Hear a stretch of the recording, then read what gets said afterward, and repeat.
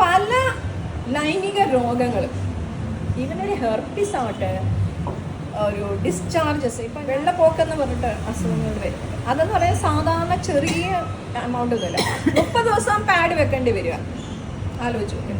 അത് കട്ട, സ്മെല്ല് വരിക. അവർ പറയാം എനിക്ക് എവിടെയെങ്കിലും പോകുമ്പോൾ ഒരു മടിയാണ്, കാരണം സ്മെല്ല് വരിക. ഇതെല്ലാം നമ്മൾ നോക്കേണ്ട വളരെ, കാരണം ഏത് ഇൻഫെക്ഷനാണെന്ന് അറിയാൻ പറ്റത്തില്ല. വെള്ളപ്പോക്ക് എന്ന് പറഞ്ഞാൽ ഒറ്റ ഒരു ഇതില്ല.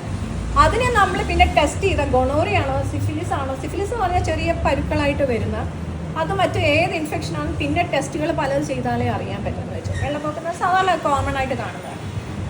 അങ്ങനെ വരുവാണെങ്കിൽ ഞാനൊരു ഡോക്ടറെ കൺസൾട്ട് ചെയ്തിട്ട് അതിനുള്ള ട്രീറ്റ്മെൻറ്റ് ഞാൻ എടുക്കണം.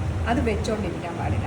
ഫോർ എക്സാമ്പിൾ, എൻ്റെ ലൈംഗിക എവിടെയെങ്കിലും വജനലിൻ്റെ അവിടെ ഭാഗത്തൊരു ചെറിയ പരുവുണ്ടെന്ന് വെച്ചു, ഉടനെ ഞാനത് കാണിച്ച് ട്രീറ്റ് ചെയ്ത് മാറ്റിക്കോണം.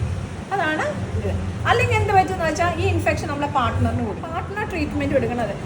ഭാര്യയുടെ ഭർത്താവും കൂടെ ട്രീറ്റ് ചെയ്തിട്ടില്ലെങ്കിൽ എന്തായാലും ഭാര്യയും ഭർത്താവും സെക്ഷൽ കോൺടാക്റ്റിലേക്ക് പോകുമല്ലോ. അപ്പോൾ അങ്ങോട്ടും ഇങ്ങോട്ടും ഇൻഫെക്ഷൻ മാറിക്കൊണ്ടേയിരിക്കും. അതുകൊണ്ട് രണ്ടുപേരും ട്രീറ്റ് ചെയ്യണമെന്ന് പറയും. ഈ കാര്യത്തിൽ സെക്ഷൽ ഹെൽത്ത് നമ്മൾ abstinence, B faithful, doctors treatment. പിന്നെ വരുന്ന HIV പോസിറ്റീവ് ഒരാളാണെങ്കിൽ, HIV പോസിറ്റീവ് ആൾ നെഗറ്റീവ് ആവത്തില്ല, പക്ഷെ അതിനൊരു ട്രീറ്റ്മെൻ്റ് ഉണ്ട്, ART, ആൻറ്റി റെട്രോവൈറൽ ട്രീറ്റ്മെൻറ്റ് എന്ന് പറയും. മെനോപോസ് ആയിട്ട് പിന്നെയും നമ്മൾ ഇടയ്ക്ക് പീരിയഡ്സ് പോലെ വരുവാണെങ്കിൽ തീർച്ചയായിട്ടും ഡോക്ടറിനെ കൺസൾട്ട് ചെയ്യണം. എന്തുകൊണ്ടാണ് എനിക്ക് ബ്ലീഡിങ് വരുന്നത്?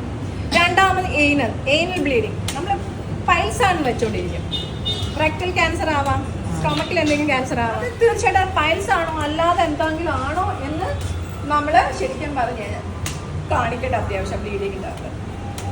അതുപോലെ തന്നെ എന്തെങ്കിലും തുപ്പുമ്പോൾ ബ്ലഡ് വരിക, വായിക്കാത്തതുകൊണ്ട് അങ്ങനെ ഏത് സ്ഥലത്തും അബ്നോർമലായിട്ട് എന്ത് ബ്ലീഡിങ് കണ്ടോ നമ്മൾ തീർച്ചയായിട്ടും ഡോക്ടറെ കൺസൾട്ട്. ശരിക്കും പറഞ്ഞാൽ പീരിയഡ്സ് പറഞ്ഞാൽ 21 തൊട്ട് 35 ദിവസം വരെ നോർമലാണ്. അതല്ലാതെ ഇൻ ബിറ്റ്വീൻ വരുവാണെങ്കിൽ 15 ദിവസം കൂടുമ്പോൾ വരുവാണെങ്കിൽ തീർച്ചയായിട്ടും ഡോക്ടറെ കൺസൾട്ട് ചെയ്യണം. കാരണം HB അങ്ങ് ഡൗൺ ആവും, നമ്മളങ്ങ് ഭയങ്കര വീക്കായിരിക്കും. അപ്പോൾ അനീമിക് ആണെങ്കിൽ എന്തുകൊണ്ടാണ് ഞാൻ എൻ്റെ ബ്ലഡ് ഇത്ര കുറയാനുള്ള കാരണം VIA എന്ന് പറഞ്ഞൊരു ടെസ്റ്റ് ഉണ്ട്, visual inspection with acetic acid, pap smear test. അത് ശരിക്കും 30 വയസ്സിന് മേളിൽ നമ്മളത് ചെയ്യണം എന്ന് പറയുന്നുണ്ട്.